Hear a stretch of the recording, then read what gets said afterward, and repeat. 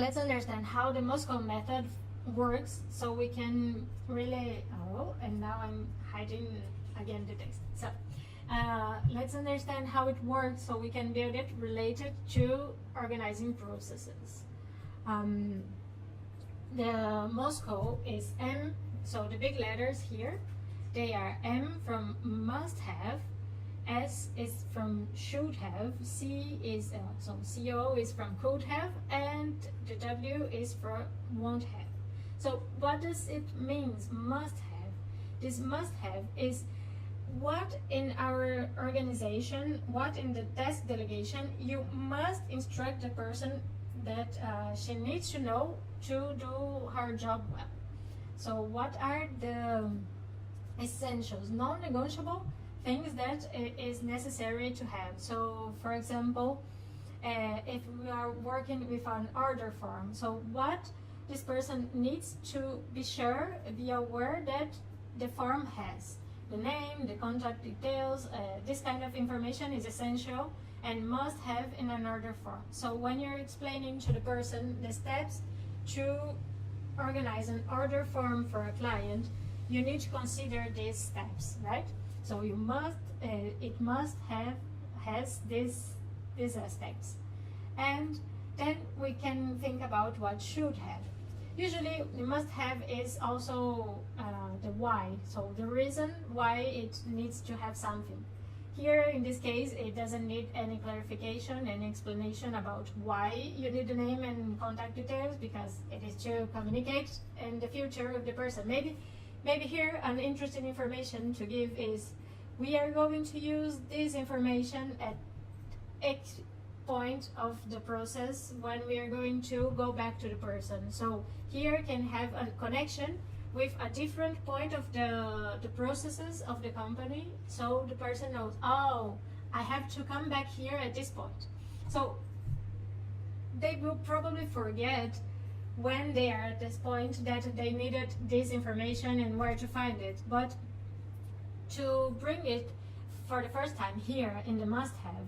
So when you're explaining the task in the task delegation, where you're explaining it, it's good because it remains there in the memory, and it is not an excess of information either, because we are going to see what won't have, so what can't have at all is information that can generate confusion.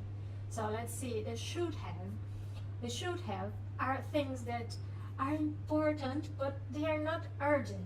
I don't know if you understand what I mean. So it's, in this case, for example, instruction for filling the form. So, but people can understand how to fill a form without specific explanation. For example, if there is a space that is a complement or an extra in the address.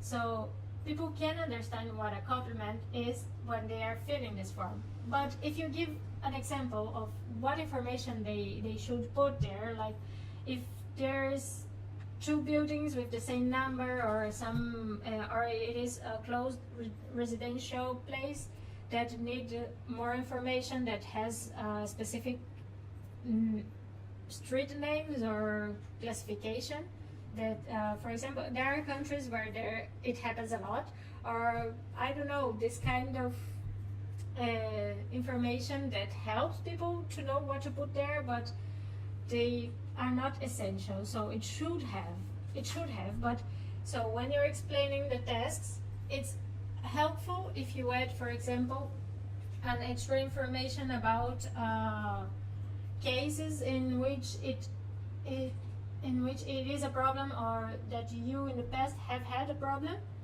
and that helps to clarify and better understand why to do the way you do it. So this is something that should have an explanation why you are using a specific tool and not the most common used tool to build a form, for example.